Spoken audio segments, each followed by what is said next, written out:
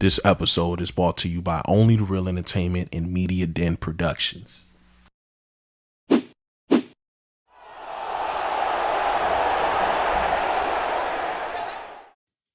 Yo, what's going on? Back at it again, Real Hoops.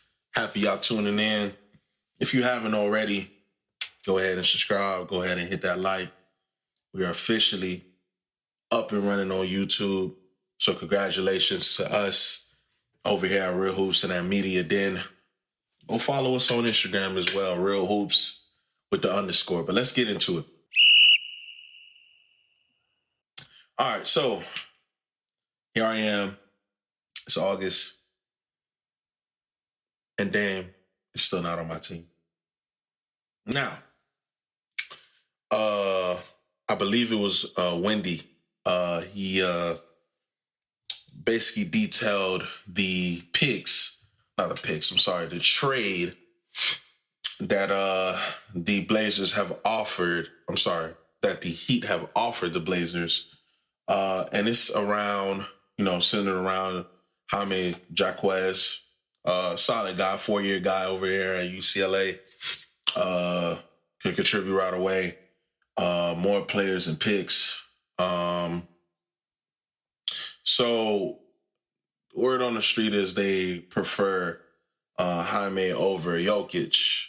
Jokic is a stud. I believe he has a tremendous upside, but he's still a project. I believe he's about a year away from weightlifting, getting reps, from being a solid contributor to our rotation. I think he has to get thrown in the fire this year, of course.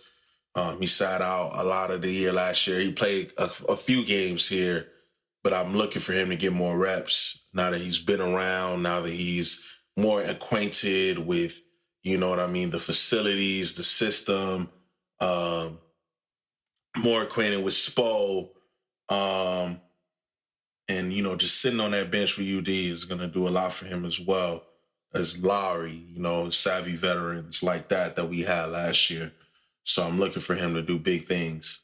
It feels like the Blazers management is spiteful because Damian Lillard flat out said, yo, I'm trying to go hoop for the Heat. And for whatever reason, and he's been the number one new guy stating, I'm here to be loyal. I want to win in Portland. He said it in his raps. He said it in multiple interviews throughout the years that he wanted to win in Portland.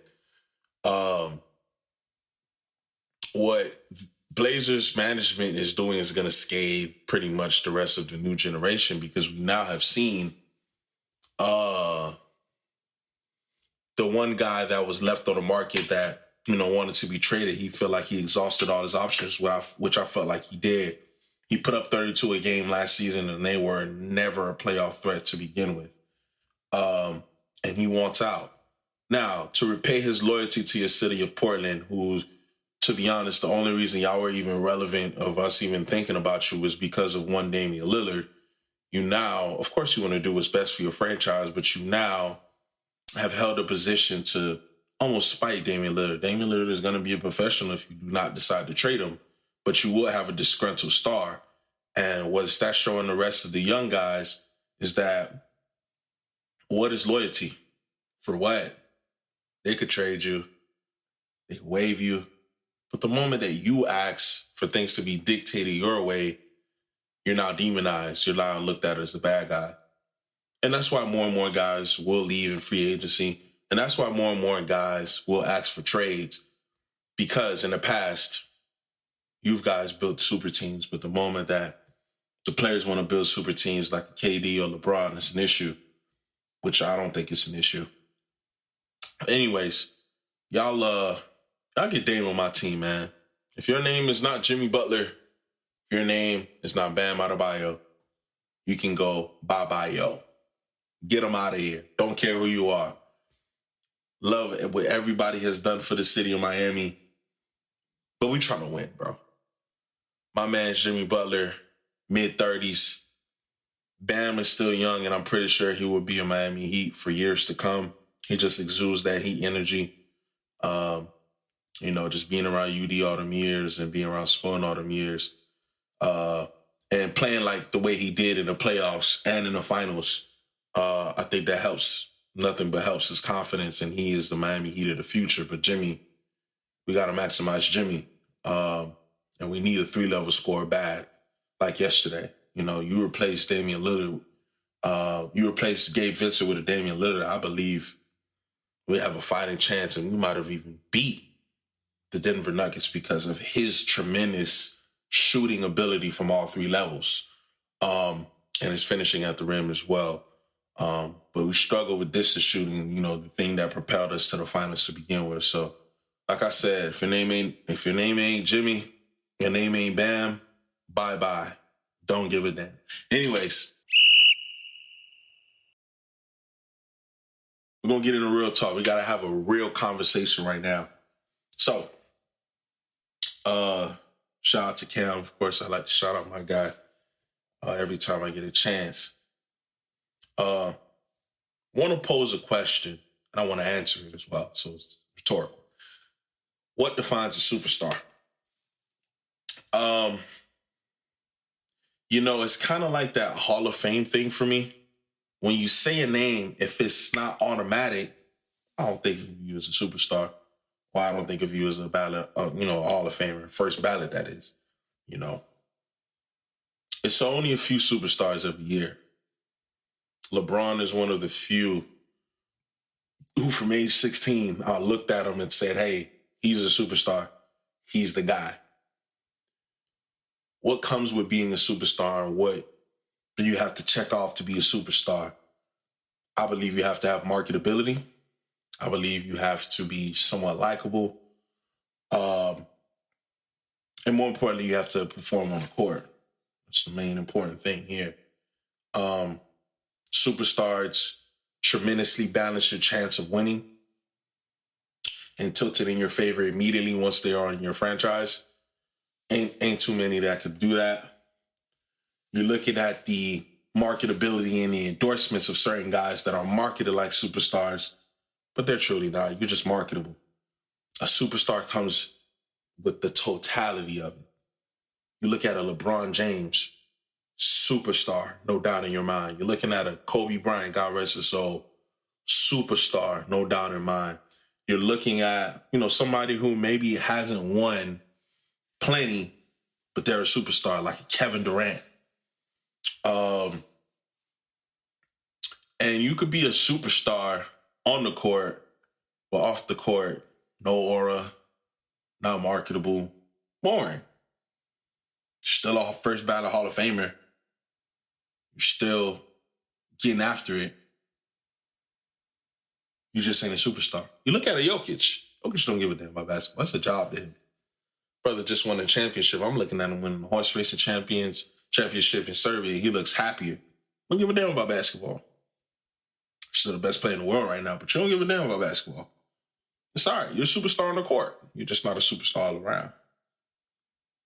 Another thing I want to address is that sometimes superstars aren't leaders. They just aren't. You either are a leader or you aren't. The way that you conduct yourself in practice, conduct yourself when speaking to other players. The best player doesn't always have to be the leader. I'm looking at the Golden State Warriors and their 4 championships, and I can say Steph led with his play. I'm not looking at Steph shouting at guys to get on their defensive assignment or to be over here. He's not a vocal leader. There's nothing wrong with that. Kawhi has 2 championships. Not a vocal leader. He's not about to tell guys to get over here or to lead that way and conduct himself that way. Both of those guys are still superstars. Again, Jokic comes from the Kawhi cloth of I'm a superstar in the court. That's a job to me. I'm going to hit these buckets. I'm going to give you a press conference even though I don't want to talk to you fools. And I'm going to slide to the crib. Nothing wrong with that. But in order to be a superstar, you got to have all aspects, got to be a leader, got to be marketable, and you got to have success on the court. And it's only a few that comes through. If we look at the true definition of a superstar, you be a superstar on the court, but you're not marketable, which doesn't make you a superstar all around. Nothing wrong with that, Basketball is different for everybody.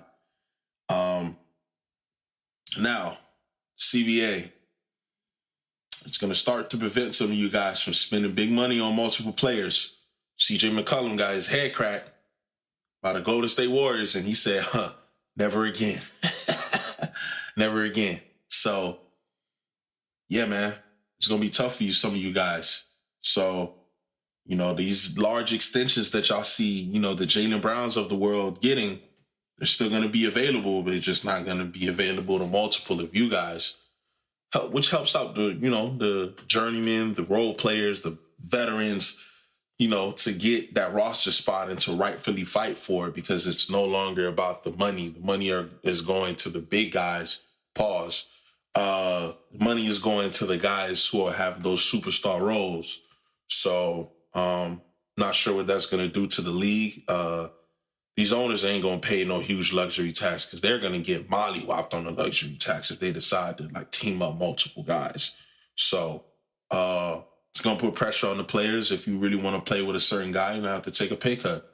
It's going to put certain pressures on certain front offices where you give the big guy the money, but he's not going to be happy because he's losing. We just saw Washington, you lose a Bradley Beal because they didn't put enough around him. It's going to be the same thing over here. But flip side to it, you're going to have a lot of guys stay home. You get a Giannis, you give him $300 million because he got you a championship and a DPOY and an MVP, and he's going to continue to keep you relevant because he's Giannis Antetokounmpo. You have to pay him 300 M's. Pay it up. What is that going to do for the flexibility of the other guys, though? So this is where it gets interesting.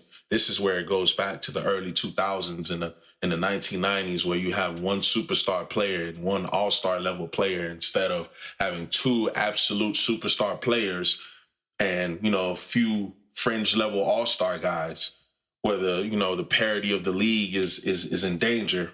It's no longer going to be the case. It's going to get real interesting for you guys. That'll be it for me today. I appreciate y'all for tuning in. Subscribe to the YouTube. You get here anywhere you get podcasts, short, straight to the point. And we talk hoops all year round. We don't take no breaks over here. Signing off, Podfather, Young Reela. Do we got music coming out tomorrow? No, we don't got no music coming out. I might drop just because. We'll see. But yeah, y'all rock with me. I appreciate y'all for tapping in. Like and subscribe to Real Hoops everywhere for all of our content. Click the notification bell to stay up to date with every single new release. That way you don't miss a beat when we got everything going on for you that has everything to do with hoops. Tap in and show love.